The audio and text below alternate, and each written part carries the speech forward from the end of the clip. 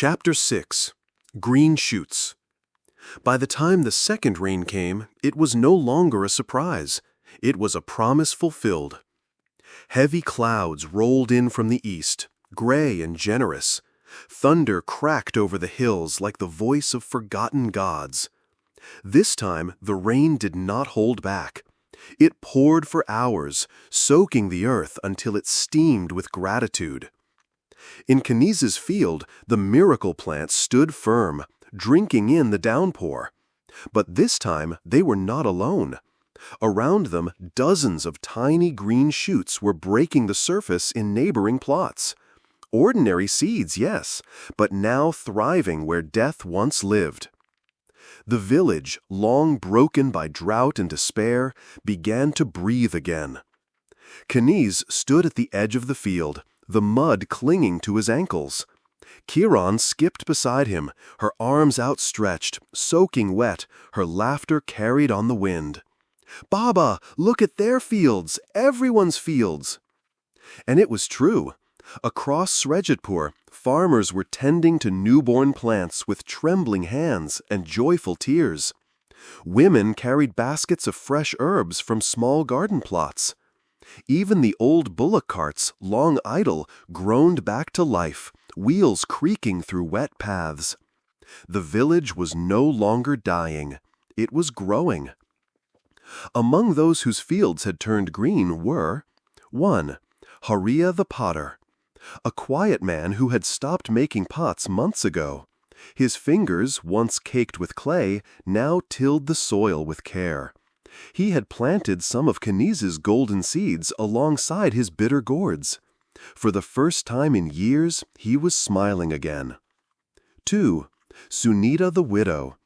Left alone after the cholera took her husband, Sunita had been living off temple offerings and dry rice.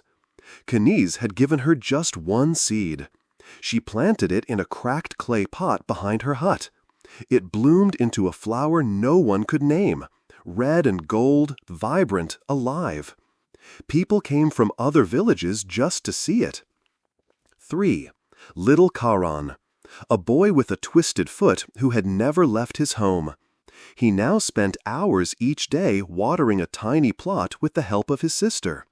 He said the plants talked to him in dreams. Kenise listened, and for some reason he believed the boy. Even the animals had returned. Parrots flitted between neem branches.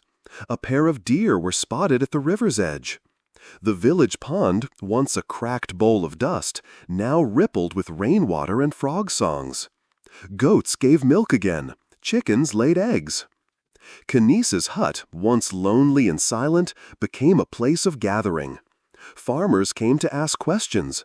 Children came to play. Women came with pots of rice and sweet jaggery balls. Zinu, the herbalist, sat with Kenise one evening, smoking from her clay pipe. "You've become something of a saint," she said with a grin. "I'm just a farmer." "No, you're a man who remembered how to believe. And you reminded the land how to believe in us, too." But not all was well. In the shadows of rebirth, resentment festered. Aaron's land remained barren. He had sown greed, and the earth refused to yield. The rain had come, yes, but not to him. His envy burned hotter each day.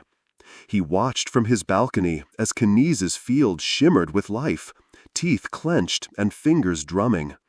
He would not accept defeat. One night, as the stars blinked through the passing clouds, Kenise sat alone by his plants. The moonlight made the golden pods glow like lanterns.